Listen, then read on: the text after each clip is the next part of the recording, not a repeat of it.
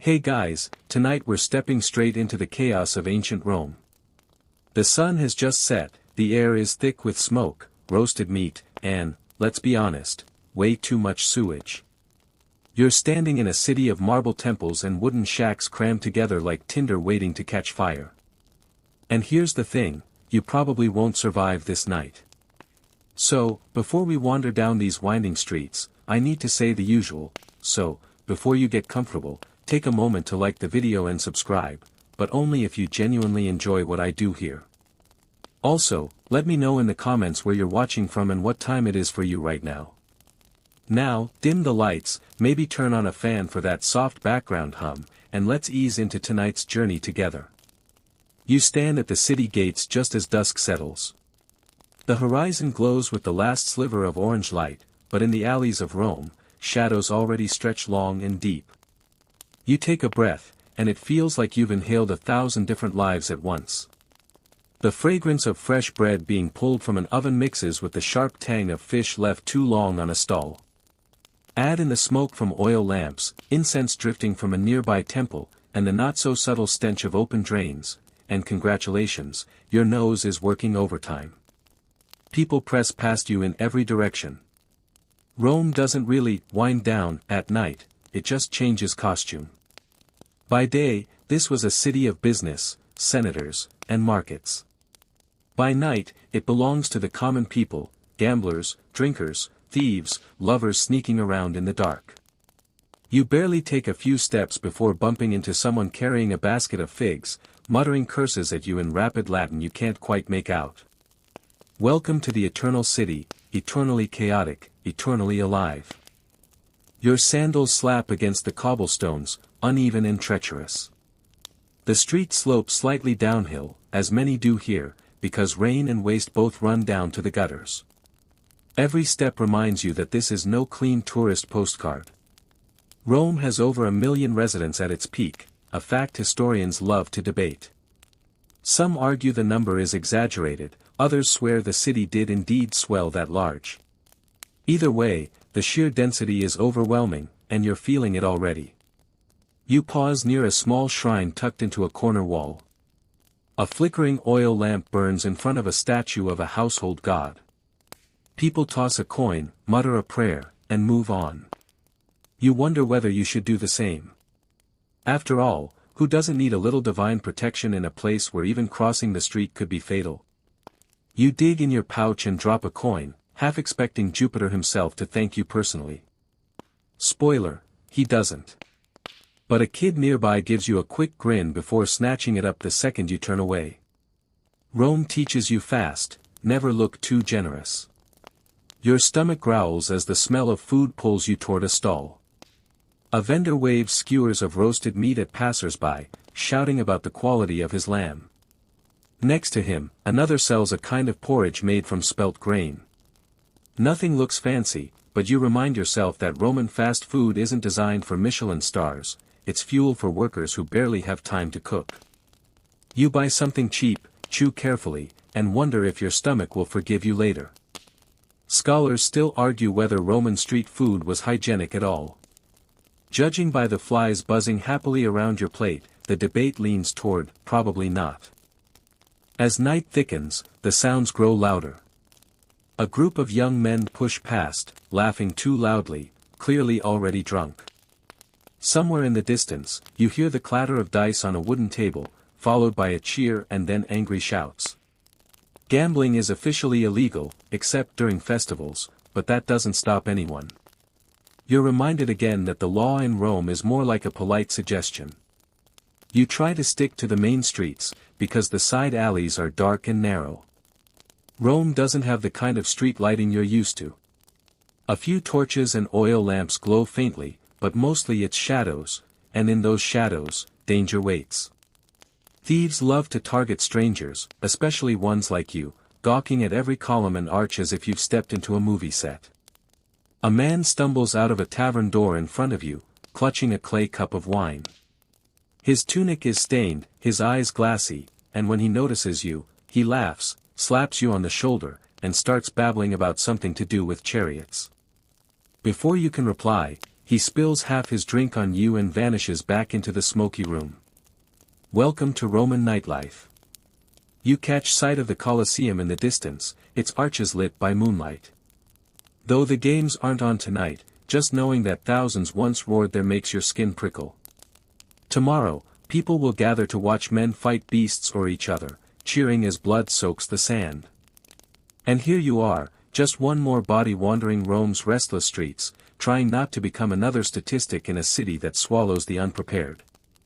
The deeper the night grows, the more you realize, this isn't going to be easy.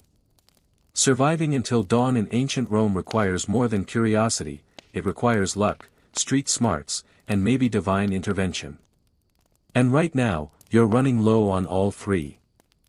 You take a few hesitant steps away from the city gates and immediately realize that Rome isn't built for your modern sense of direction. There's no neat grid, no tidy street signs. Instead, it feels like the city was stitched together by different emperors, architects, and landlords all competing for space. The result?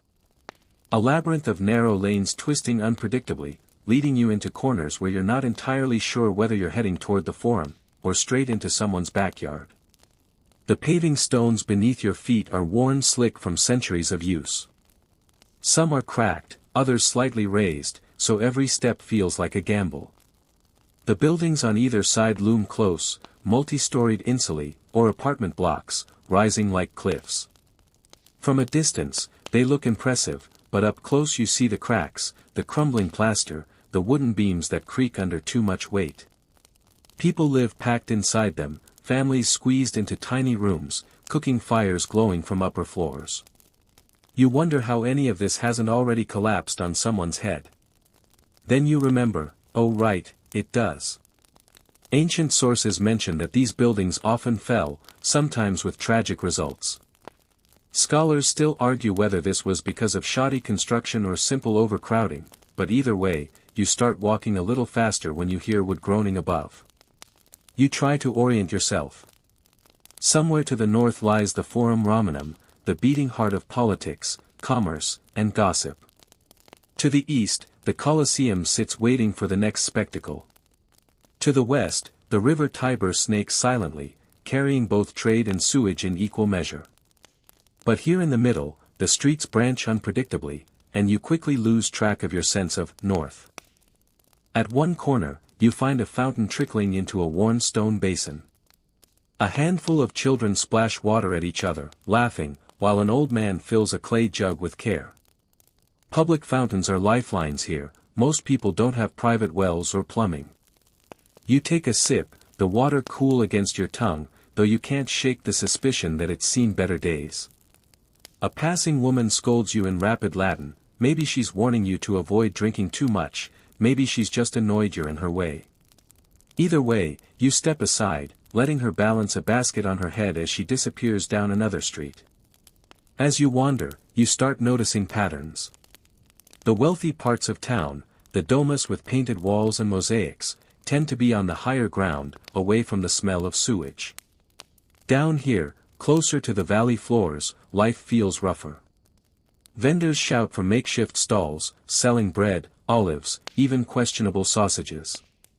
A donkey brays loudly as its owner argues with a cart driver, both blocking the narrow passage until tempers flare.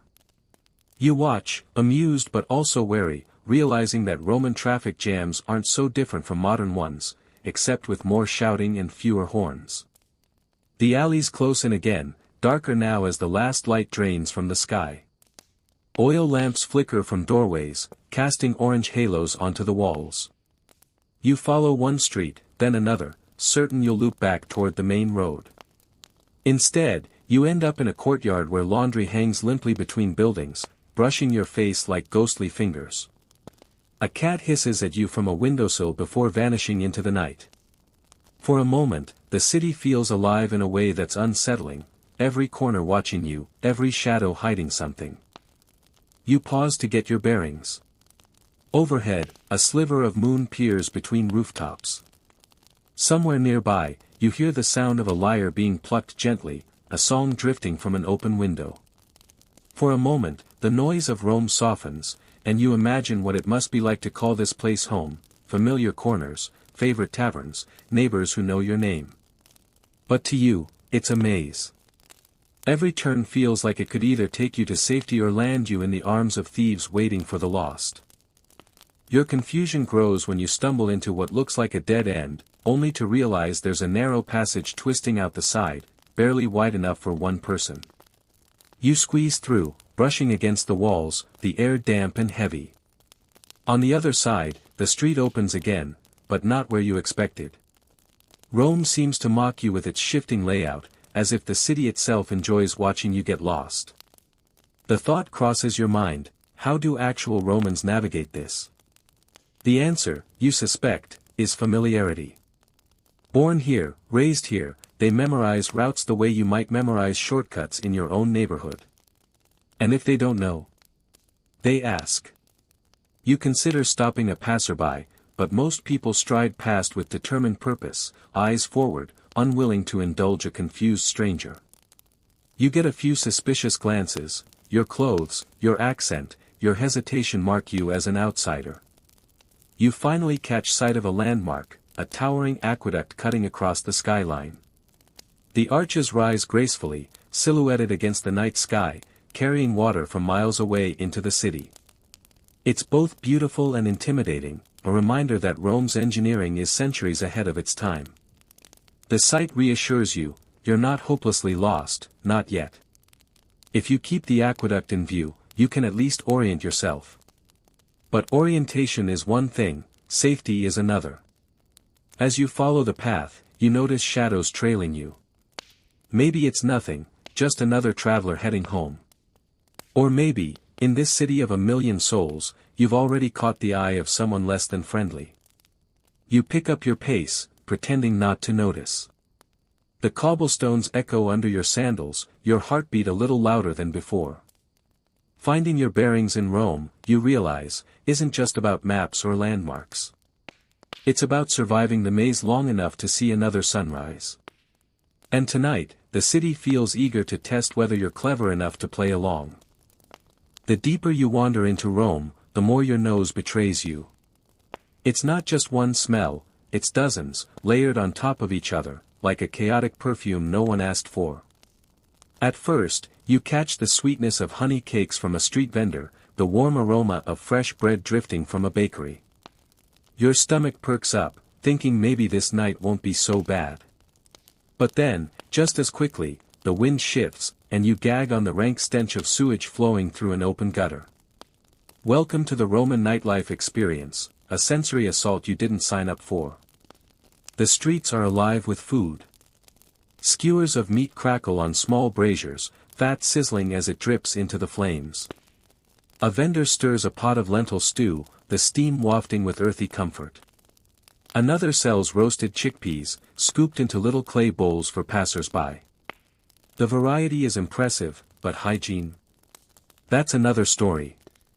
Scholars still argue whether Roman street food was a safer alternative to home cooking or a one-way ticket to stomach trouble. Judging by the swarm of flies competing for a share, you lean toward the latter. Still, curiosity gets the better of you. You buy a small piece of bread dipped in garum, the infamous Roman fish sauce. One bite, and your senses are overwhelmed. It's salty, pungent, and oddly addictive, like anchovies dialed up to 11. You wince, but then, you take another bite. Congratulations, you're officially becoming Roman. If you survive the night, maybe you'll even crave this strange concoction tomorrow. But food isn't the only thing in the air. Incense drifts lazily from a nearby temple, where late worshippers offer prayers to household gods. The fragrance of burning frankincense and myrrh mixes with the smoke of oil lamps, creating a haze that clings to your clothes. You pause for a moment, almost soothed, until a gust of wind carries the smell of dung from a donkey passing too close. Balance restored. You begin to realize that Rome never lets one smell dominate. Just when you think you've adjusted, another odor barges in. A tannery down the lane works with animal hides, filling the air with a sharp, acidic bite. Around the corner, bakers slide loaves into ovens, releasing a comforting yeasty warmth. Then, cutting through it all, the unmistakable odor of unwashed bodies pressed together in narrow streets. With over 1 million people living here, many without access to private baths, you can imagine how quickly the city's fragrance builds up. You reach a wide street where vendors sell exotic spices. Cinnamon, pepper, and saffron line the stalls, their scents rich and alluring. Imported luxuries from distant lands, proof of Rome's vast trade network. You breathe deeply, grateful for a break from sewage and sweat. For a brief moment, you're transported somewhere else, maybe a bazaar in Alexandria or a caravan in the east. But then a passing cart hits a pothole, splashing gutter water across your sandals, and reality returns with a squelch. Nearby, a group of men crowd around a wine cellar. The air grows sharp with the smell of sour grapes and vinegar. Roman wine is notoriously strong, often diluted with water before drinking. Tonight, though, these men clearly skipped that step. They spill their cups, laugh too loudly, and argue about chariot races while splashing the liquid onto the cobblestones. The sour scent lingers, mixing with everything else in the air. As you continue, you notice a smoky haze hanging low over the rooftops. Wood fires burn everywhere, people cooking, lamps glowing, taverns bustling. The smoke curls into the night sky, carrying with it the comforting but choking reminder that Rome is a city always awake. Sometimes, fires are small and controlled. Other times, well, you remember that infamous blaze Nero supposedly watched while fiddling. The noise reaches you before the doorway does. Laughter, shouting, the clatter of cups, and the occasional sharp crack of pottery breaking. You follow the sound and find yourself standing in front of a tavern, its doorway framed by flickering lamplight, its interior thick with smoke and heat. For a moment, you hesitate. You could keep walking and avoid whatever chaos waits inside. But then again, this is ancient Rome, and where else are you going to rest your legs, maybe get a drink, and figure out how to survive the night? So you duck under the low lintel and step inside. The atmosphere hits you like a wall. It smells of wine, cheap wine, mixed with sweat, roasted meat, and wood smoke. The room is crowded, the air heavy, and every table looks like it's been claimed by men already halfway to oblivion. A few women hover at the edges, some serving, others simply there for reasons you don't ask about. A man at the door eyes you suspiciously, then waves you in with a grunt. You're not sure whether he's the owner, the bouncer, or just another drunk who's appointed himself gatekeeper. Either way, you slide past and find a corner where you might blend into the chaos. The tavern keeper, a wiry woman with sharp eyes, slams a clay cup in front of you and fills it with deep red liquid from a jug. Wine, of course. Roman wine was infamous, so strong it was usually diluted with water, sometimes with honey or spices. You sniff it cautiously. This version smells rough, like it's been sitting in the jug a little too long. But you take a sip anyway, and instantly your tongue puckers. Strong, sour, with a faint aftertaste that makes you wonder whether vinegar was part of the recipe. Congratulations, you're drinking like a Roman now. Across the room, men argue loudly about chariot races. They're waving their hands, slamming the table, and nearly spilling their drinks as they shout the names of their favorite teams, the blues, the greens, the reds, the whites. You'd think they were talking about life or death battles, but no, it's all about horses and drivers circling the Circus Maximus. One man insists the blues are unbeatable, another swears by the greens, and before long, fists are flying. The tavern keeper doesn't even flinch, she just grabs an empty jug and smacks one of them across the back of the head, restoring order in her own efficient way. Closer to you, a pair of men lean over dice. They shake a cup, spill the tiny cubes onto the table, and groan as the results decide their fate. Gambling is technically illegal in Rome except during certain festivals, but rules bend easily here. Coins clink, tempers flare, and more than once you hear accusations of cheating. One man slams his fist, another reaches for a knife at his belt, and you find yourself quietly sliding your chair back an inch, just in case. Scholars still argue whether these taverns were more dangerous than the streets outside, and watching this unfold, you suspect the answer is definitely. The tavern isn't just for drinking and gambling, though. It's also a place for gossip. You catch fragments of conversation drifting through the din. One man mutters about the emperor raising taxes again. Another whispers a rumor about a senator caught in scandal. A group near the back jokes about the Praetorian Guard, their laughter a little too sharp, their eyes a little too watchful. You quickly learn that in Rome, even taverns are political arenas, just smaller and smellier. You take another sip of your wine and notice a young man across the room staring at you. He leans toward his friend, whispers something, and then grins. You realize, belatedly, that strangers stand out here. The way you dress, the way you hesitate. It marks you as someone unfamiliar with the rhythm of the city. And in a place like this, being unfamiliar makes you a target. You lower your gaze, pretending to be fascinated by the grain of the wooden table, hoping they'll lose interest. Instead, the tavern keeper slides a plate of food in front of you. Some kind of stew, lentils, onions, and a chunk of bread. You didn't order it, but refusing might be rude, or dangerous. You take a bite, and it's surprisingly good. Earthy, filling, exactly the kind of fuel you need to keep wandering through this city. You're halfway through when the man across the room finally gets up and approaches. He sits without asking, slaps the table, and starts talking rapidly in Latin. You catch only fragments, something about where you're from, maybe something about money. His breath reeks of wine, and his smile looks more like a threat.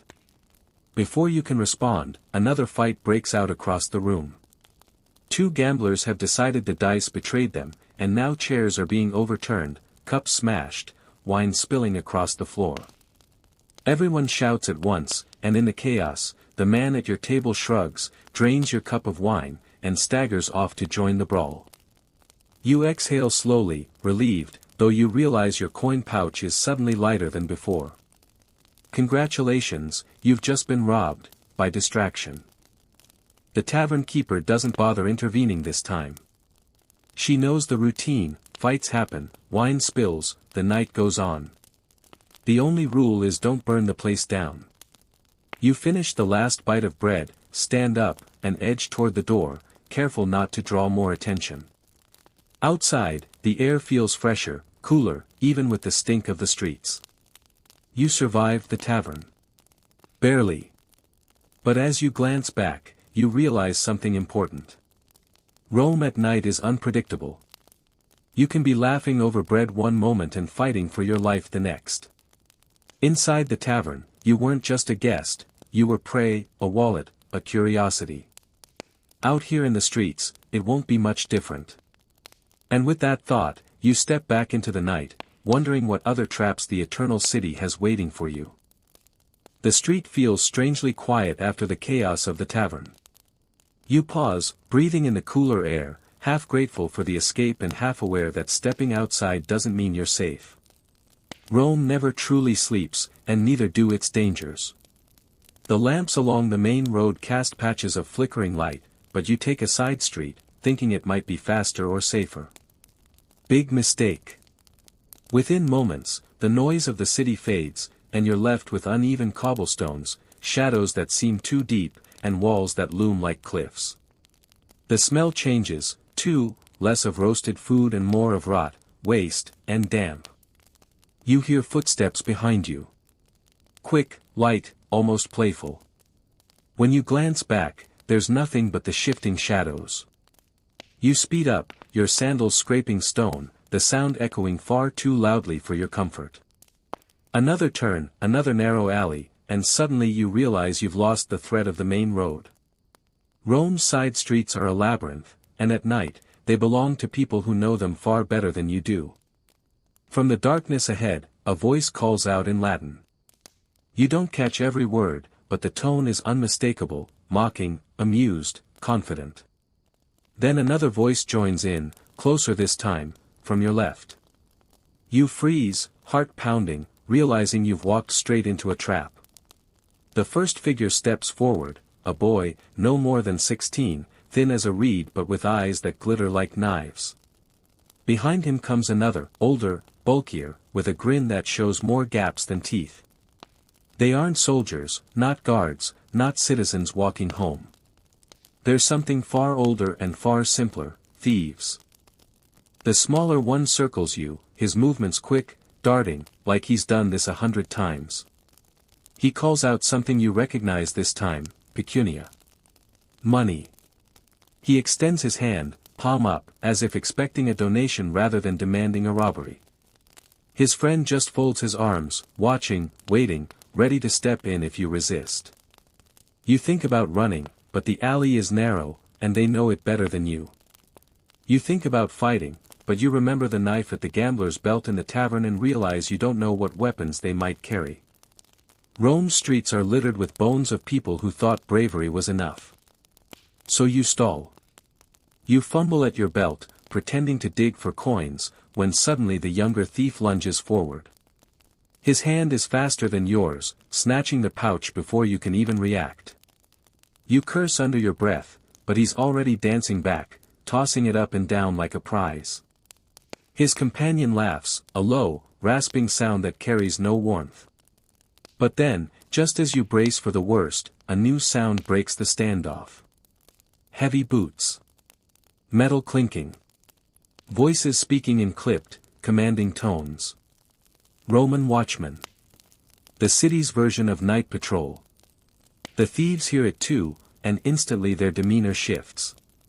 The pouch disappears into a tunic, and without another word, they vanish into the maze of alleys, gone so quickly you might think you imagined them. Relief washes over you, but it's short-lived. The watchmen turn the corner and spot you standing there, alone, tense, looking guilty by sheer accident. They don't smile. They don't ask if you're okay. In fact, they eye you the way a butcher eyes a lamb. One of them steps forward, asking sharp questions in Latin you barely understand. You catch fragments: who are you? What are you doing here? Why aren't you at home? You try to explain, but your stammering, foreign-sounding words don't help. To them, you look like exactly the kind of person who might be trouble, wandering the alleys at night, pockets light, eyes nervous. The thieves are long gone, but you're still here, and in Rome, that can be just as dangerous. One of the watchmen grabs your arm. His grip is iron, his expression unreadable. You realize in that moment that surviving the thieves doesn't mean you're safe from the law. In fact, the line between the two feels razor thin. In a city this big, power comes less from who's right and more from who's holding the weapon. Then, just as suddenly as they grabbed you, the patrol loses interest. Perhaps they've decided you're not worth the paperwork. Perhaps they've seen someone else more suspicious down the street. Either way, they shove you back against the wall and move on, leaving you shaken but free. You exhale shakily, pressing your back against the cold stone, trying to steady your breathing. The alley is quiet again, but the lesson is clear: in ancient Rome, the night is a chessboard, and you are the weakest piece. Thieves see you as prey, and watchmen see you as a nuisance. You're not a citizen, not a soldier, not protected by power or wealth. You're just another shadow moving through the city, trying not to get swallowed whole. You push yourself off the wall and retrace your steps, more carefully this time. Every sound makes you flinch, every shadow feels alive. The city has shown you its teeth, and you know this was only one corner of its endless maze. Somewhere beyond these alleys are markets, temples, fountains, but tonight, all you've seen are traps. As you finally stumble back toward the wider, busier streets, you realize something important. In Rome, the sun may belong to emperors, senators, and proud citizens. But the night? The night belongs to thieves. And you've only just survived your first encounter. The street widens again, and for a brief moment you feel relief. The alleys are behind you, and the glow of oil lamps ahead looks almost welcoming. But then you notice something: every doorway you pass has a bucket sitting nearby. Some are filled with water, others with sand. It feels odd, like the entire city is expecting disaster. And in truth, they are. You don't realize it at first, but Rome is a tinderbox. By day the grand marble temples impress visitors, but by night you start to see how fragile the rest of the city really is. Wooden shacks packed tight against one another, balconies jutting over narrow lanes, cloth awnings stretched across shops. Everywhere you look, you see fuel. And with every torch, every kitchen fire, every candle, the city edges closer to catastrophe. A sudden crackle behind you makes you spin, just a spark from a torch, but your pulse jumps. You remember what you've already smelled, smoke hanging in the air, thicker than it should be. You think of the gambling den, the taverns, the braziers left burning in cramped spaces. Rome isn't just noisy, it's flammable. The locals know it too. As you wander, you overhear mutters of the dreaded word ignis. Fire. One man points at the sky nervously, as if smoke could appear at any second. Another woman rushes past carrying a clay jar filled with water, muttering a quick prayer under her breath. You catch only fragments, but it's clear enough, Rome burns often, and Rome burns badly. Here's the historical fact scholars love to repeat: in the year 64 CE, during Emperor Nero's reign, a fire raged through the city for 6 full days, destroying most of what stood. Even now, centuries later, people still argue whether Nero played his lyre while watching it burn or whether that's just propaganda cooked up by his enemies. Scholars still argue whether he deliberately started it to clear land for his grand palace. Either way, the story lingers like smoke. And tonight you feel the truth of it: one spark could bring the whole city down. You notice a patrol of vigiles, Rome's night watch, trudging by. They aren't just here to scare off thieves. They're firefighters, armed with buckets, hooks, and primitive pumps. Their faces are tired, uniforms smudged with soot. They glance at every doorway, every flame, as if waiting for trouble. It's not glamorous work, but it's necessary. Without them, the city wouldn't last a month. Still, you don't feel reassured. The vigiles are small in number compared to the size of Rome. One district catches fire, and it spreads like gossip. You can almost picture it: a torch tips, a stall goes up in flames, and soon wooden rooftops glow like kindling. There are no fire engines, no alarms, just shouts, buckets, chaos. And you wouldn't stand a chance. As if to prove the point, a shout erupts nearby. A man barrels down the street, waving his arms, calling for help. Smoke drifts after him like a ghost. Instinct pulls you toward the commotion. At the corner, you see it, a tiny flame licking at a straw roof. People are already forming a chain, passing buckets of water hand to hand, sloshing more onto themselves than the fire. Children cry, dogs bark, everyone yells at once. It's small now, but you can tell why panic sets in so quickly. If the flame leaps to the next house, it won't stop. Neighbors pour water, the vigiles rush in with poles to tear down the burning thatch, and finally, mercifully, the fire sputters out. A blackened hole smokes in the roof, a family weeps, but disaster has been averted. For now. You step back, realizing how fragile everything is. In your time, fire is something controlled, managed, expected. In Rome, it's an unpredictable beast. Every Roman lives with that awareness, every night, every dream, every prayer. They don't ask if fire will come. They ask when. And yet, here's the quirky detail you wouldn't expect: some Romans actually worship fire as sacred.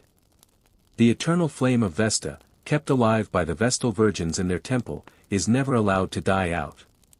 It symbolizes Rome itself, its strength, its eternity. If that sacred fire were extinguished, people believed it was a terrible omen. So in a city terrified of flames, they also cherished one flame above all others. Talk about mixed feelings. You watch as the neighbors disperse, muttering to themselves, checking their own lamps nervously before retreating indoors. The vigiles linger, scanning for danger, then melt back into the night. The street feels tense, the air thick with smoke and sweat. You wipe your forehead, though you weren't even fighting the fire, and realize how exhausting it must be to live like this every single night. You continue walking, more cautious now. Every torch makes you uneasy. Every whiff of smoke sets your nerves on edge. Even when nothing is burning, you swear you see flames dancing in the corner of your vision. And then, almost without meaning to, you laugh softly to yourself. Here you are, in the greatest city of the ancient world, surrounded by temples, statues, and grandeur, and what's keeping you awake is the fear that the whole place might go up like a pile of dry twigs. It's absurd, but it's also true. Surviving the night in Rome isn't just about dodging thieves or pleasing the gods. It's about making it to dawn without watching your street vanish in a blaze. You glance at the skyline, where the outlines of rooftops shiver against the stars. For now, the city holds. But deep down, you understand why Romans walk with one ear tuned to crackling wood, one eye on the shadows, and one hand always ready for a bucket. You take a breath and move on, your steps quieter, your eyes sharper. Rome has taught you another of its lessons tonight. In a city built of stone and dreams, the greatest enemy may still be fire. You've barely shaken the scent of smoke from your clothes when a different aroma wafts through the air. This one is sharper, cleaner, steam mixed with oils, herbs, and something vaguely medicinal. You follow it down a side street and find yourself at the entrance to one of Rome's most famous institutions, the public baths. At first glance, it looks less like a bathhouse and more like a palace. Tall arches rise above you, torchlight spilling out in waves, the sound of voices echoing inside. People stream in and out, men in tunics, women accompanied by attendants, slaves carrying baskets of towels and jars of oil. To a Roman, this is perfectly ordinary. To you, it feels almost unreal. You've just walked from rat-infested alleys and fire hazards into something resembling a spa. You hesitate, unsure if you'll be welcome. But curiosity wins, and you slip inside. The first thing you notice is the warmth. It's not just cozy, it's heavy, pressing against your skin. The baths are heated by furnaces called hypocausts, hidden beneath the floors. Slaves shovel wood into the fire, the heat circulating through hollow spaces in the walls. You can almost hear the crackle beneath your feet. It feels advanced, almost futuristic, and yet you know that same heat is one accident away from burning the place down. As you move further inside, the rooms unfold like chapters in a book. First the apodyterium, the changing room, where men strip down and hand their clothes to slaves who guard them, or pretend to. Theft is common here, and you wonder if the thieves from earlier might have cousins working this very hall.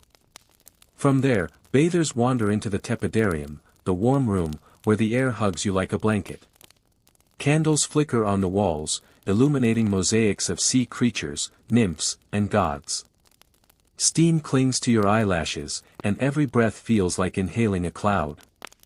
The chatter of voices bounces off marble walls, rising and falling like the hum of a marketplace. Then comes the caldarium, the hot room. You peek inside and nearly choke on the heat. It's like stepping into the belly of a dragon. Pools of steaming water bubble at the edges, and bathers sit sweating profusely, massaging themselves with olive oil before scraping it off with curved tools called strigils. The combination of oil, sweat, and steam leaves a sheen on everything. To the Romans, it's cleansing. To you, it's questionable. And yet, there's a strange beauty to it. This is where senators, merchants, freedmen, even poor laborers can mingle. Status fades in the steam. Deals are struck here, friendships cemented, rumors whispered. One scholar once argued that more politics happened in Roman baths than in the Senate itself. Scholars still argue whether the baths were truly democratic spaces or just another stage for the elite to flaunt their wealth. Either way, you realize you're standing in the social heart of the city. You're drawn next to the frigidarium, the cold room. Here the steam clears, replaced by the sharp scent of chilled water. A massive pool glimmers in the lamplight, bathers plunging in with audible gasps. Their shouts echo across the vaulted ceiling, mingling with the splash of waves. The cold shocks their bodies after the furnace heat, a ritual of balance they swear keeps them healthy. You shiver just watching. Not everything here is elegant, though. In the corners, you notice grime that no amount of scrubbing can erase. Sweat-streaked benches, cloudy water, floors slick with a mixture of oil and dirt. A slave tips a bucket to clear one patch, only for another to appear moments later. You realize these baths aren't just luxury, they're also breeding grounds for every disease you can imagine. You wouldn't be surprised if half the city's fevers start right here in the frigidarium. And then there's the quirky detail: some Romans brought snacks. Vendors slip between rooms offering honey cakes, nuts, even wine. Imagine sweating yourself half to death in the caldarium only to crunch on roasted chickpeas immediately after. You have to admire their commitment to turning everything, even hygiene, into a social event. You linger by a doorway, trying not to draw too much attention. For a moment, you let yourself relax. The glow of the lamps, the sound of water, the soft murmur of voices, it's almost hypnotic. You can see how Romans could spend hours here, how a simple bath could feel like a nightly ritual of belonging. But then reality intrudes. A man shouts angrily as he discovers his sandals have gone missing. Another bathgoer coughs violently, hacking into the steam. A slave slips on the wet marble and nearly spills a jug of oil. You're reminded that even in its grandeur, the bathhouse is just another part of Rome, messy, unpredictable, full of risk. Still, you feel grateful for this glimpse. The baths reveal something different about the city, something beyond crime and fire. They show the Roman obsession with balance, between hot and cold, luxury and filth, leisure and politics. They show how deeply the people crave community, even if it means sweating together in a cloud of other people's oil. Eventually, you decide it's time to leave. You're a stranger here, and the longer you linger, the more likely someone is to notice. You slip back into the cool night air, the roar of the baths fading behind you. The contrast is stark: outside, the streets are dark, tense, dangerous. Inside, the baths glowed with warmth and conversation. You realize that surviving a Roman night isn't just about avoiding thieves or fires, it's also about knowing when to step into the light, and when to fade back into the shadows. With that thought, you press onward, deeper into the Roman night, your skin still prickling with borrowed steam. The warmth of the bathhouse still clings to your skin, but the night outside hits you like a cold reminder. The streets are quieter now, though not silent. A dog barks in the distance. Somewhere, a drunk laughs too loudly. And then you hear it, boots on stone. Heavy. Rhythmic. Unhurried. At first, you think it might be another patrol of soldiers, but the sound is different. Less polished, more practical. From the shadows ahead, a group of men steps into view. They carry torches that spit sparks, casting their faces into shifting orange light. Their tunics are marked with leather straps, some carry short swords, and others lug buckets or long hooked poles. You've just crossed paths with the Vigiles, Rome's night watch. In theory, they're here to protect. Firefighters, peacekeepers, guardians of the sleeping city. Augustus himself created this force after too many devastating blazes. You remind yourself of that as they approach. Protection. Safety. Order. But the closer they get, the more uneasy you feel. Their eyes scan the street, not like friendly guards but like predators evaluating whether you belong here. One of them spots you immediately. He jerks his chin, and the whole patrol slows. The torchlight flares, and suddenly you're caught in their gaze. You consider walking briskly past, pretending to belong, but you're already too obvious. The leader, broad shoulders, scar across his cheek, steps forward. He barks a question in Latin, sharp and clipped. You catch fragments: "Yes. Quid facis? Who are you? What are you doing?" The words are simple, but in his mouth they feel like accusations. You stammer, offering the few Latin phrases you know, but your accent betrays you instantly. His expression hardens. Another vigil circles behind you. You feel the weight of their scrutiny like chains. You think back to the thieves from earlier, how they vanished at the first hint of these men. Now you understand why. The night watch may chase criminals, but they also police strangers, foreigners, anyone without status. And you, wandering aimlessly through alleys, fit that description perfectly. The leader gestures toward your belt, where your pouch once hung before it was stolen. His eyes narrow. To him, you don't look like a victim, you look like someone suspiciously without means. You try to explain, fumbling through half-formed words, but your voice sounds thin against the crackle of their torches. Here's the historical fact worth knowing: the vigiles were drawn mostly from freedmen, former slaves. That gave them a peculiar edge. They weren't aristocrats enforcing law for pride, they were men clawing for authority in a city that barely respected them. Some did their jobs with honor. Others used it as a license to extort. Scholars still argue whether the vigiles were true protectors of Rome or just another gang with state approval. Tonight, you lean toward the latter. The leader steps closer, his torch so near you can feel its heat on your cheek. He mutters something to his companion, and they both chuckle darkly. You don't understand the words, but you don't need to. The meaning is clear enough. You brace for trouble. A bribe, maybe. A beating, if you don't comply.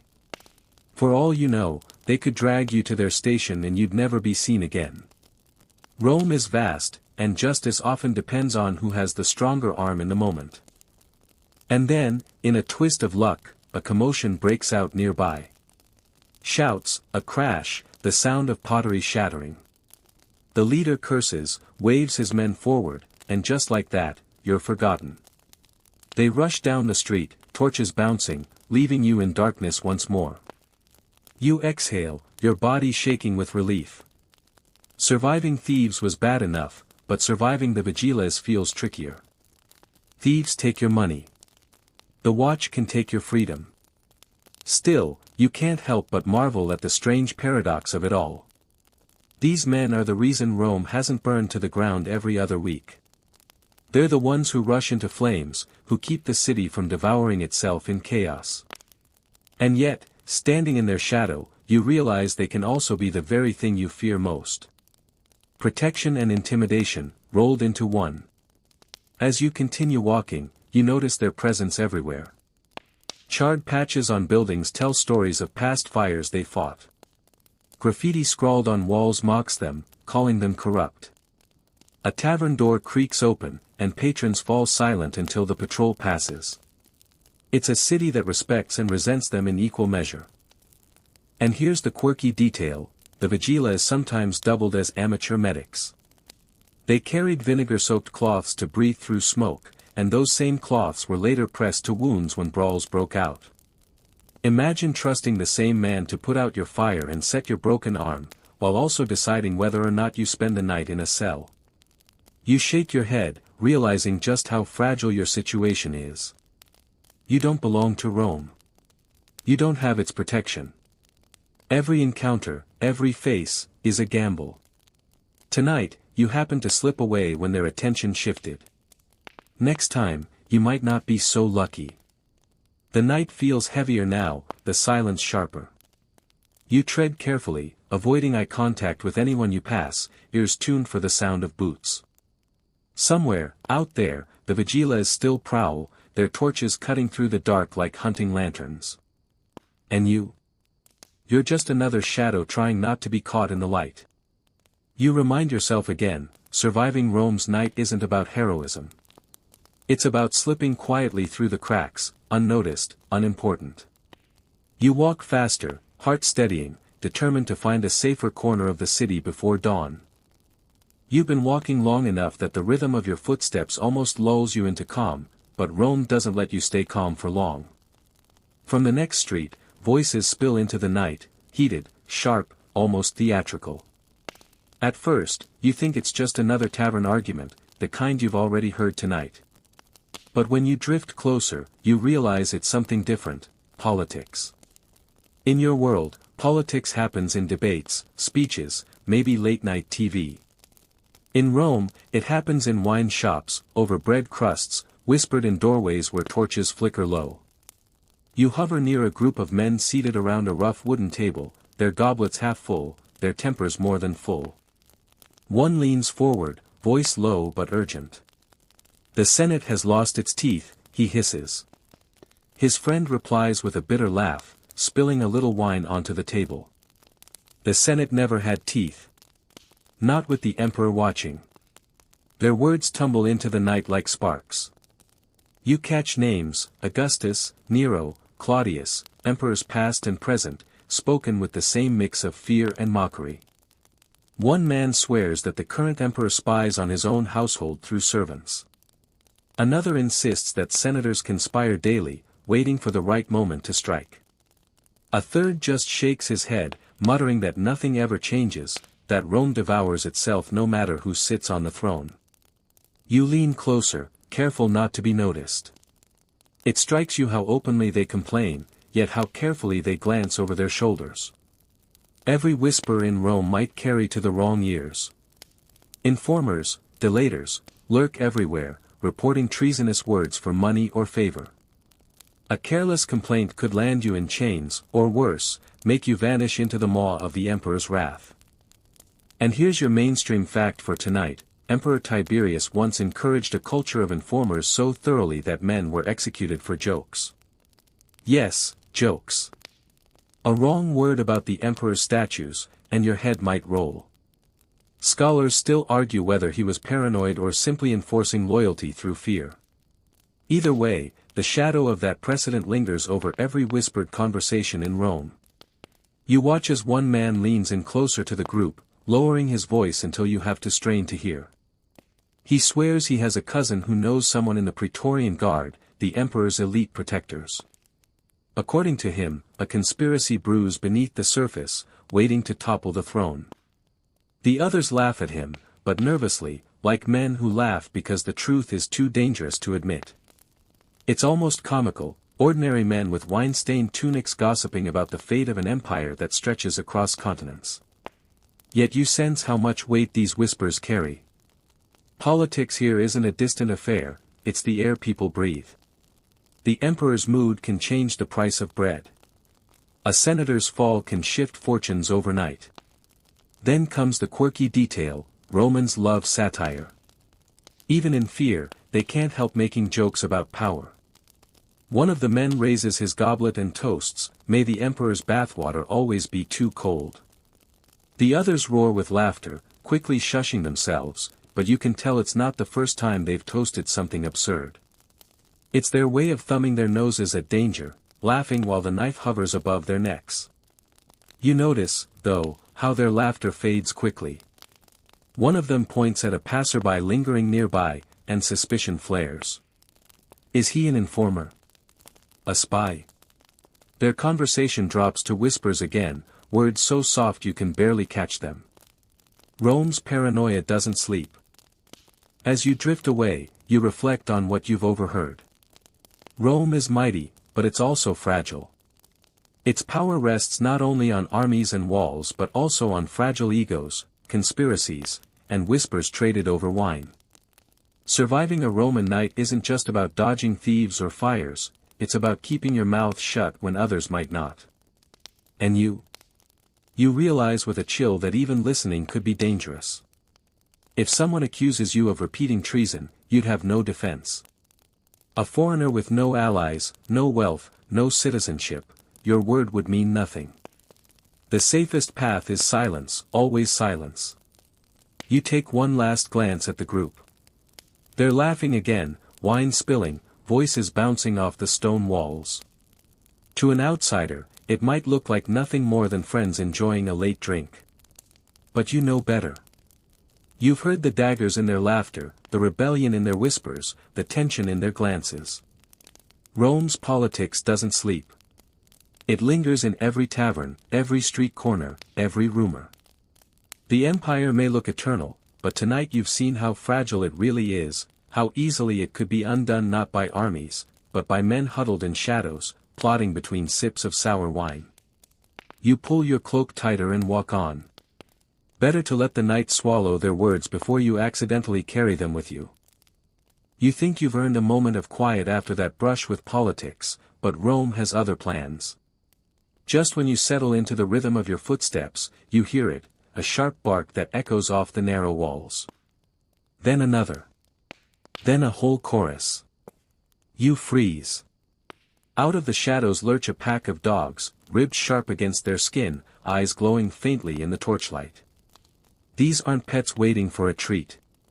They're scavengers, survivors of Rome's endless waste. Leftover scraps, rotting meat, the occasional unlucky traveler, dogs here eat whatever they can find. A few snarl at each other before turning their attention to you. For a moment, your heart stutters. You imagine teeth tearing into your cloak. Luckily, a louder clatter, maybe a tavern keeper dumping scraps, draws them away. They vanish into the alley, tails stiff, growls still vibrating through the night. But dogs are just the beginning. As you keep walking, the streets reveal a whole menagerie of Rome's unofficial residents. Cats slink along roof tiles, tails twitching as they stalk the scurrying shadows of rats. They're sleek, cautious, almost invisible until torchlight catches the gleam of their eyes. You get the sense that for every cat you spot, 10 more are watching you. Rats, though, rats aren't shy. They burst out from a heap of straw, scattering in all directions, squeaking in panic. A few pause boldly to gnaw at something in the gutter. You realize with a grimace it's not food but a piece of leather, maybe from a sandal. One bold rat stares at you as if daring you to step closer. You don't. And here's a mainstream fact for tonight: Rome's sewers, the Cloaca Maxima, were an engineering marvel for their time. They drained waste and rainwater into the Tiber River, keeping the city functional. But scholars still argue whether this system really improved public health, or if it just shifted the filth elsewhere. One thing's certain: rats thrived on the overflow. Wherever water and refuse met, they multiplied. You skirt around a puddle, but even then, you feel a tickle at your ankle. You glance down just in time to see a cockroach scuttling away.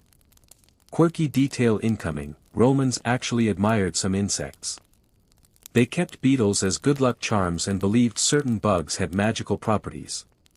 But roaches? No one loved roaches. Judging by the swarm you just disturbed, they'll outlast the empire itself. Your sandals slap the uneven stones, and the night plays tricks on your ears. Every rustle feels like a claw, every squeak a set of eyes fixed on you. It's not paranoia, it's Rome. Animals here are woven into the fabric of daily life. Pigeons crowd temple roofs. Owls hoot from abandoned houses, their cries considered omens, bad ones, usually. Superstitious whispers follow them, blaming them for illness or death. As you walk deeper into the neighborhood, the smell hits you again. Rotting garbage piled high at the corners, scraps tossed carelessly into the street, and something else. You don't want to identify it, but your brain insists anyway. Dead animal. A bloated shape slumps against the wall, half hidden under cloth. Flies rise in a shimmering cloud when you pass. You swallow hard. And then, the sound. Skittering. Many feet, moving fast. You stop cold as a family of rats pours from a drain, weaving across the stones like a living river. You step back, your stomach twisting.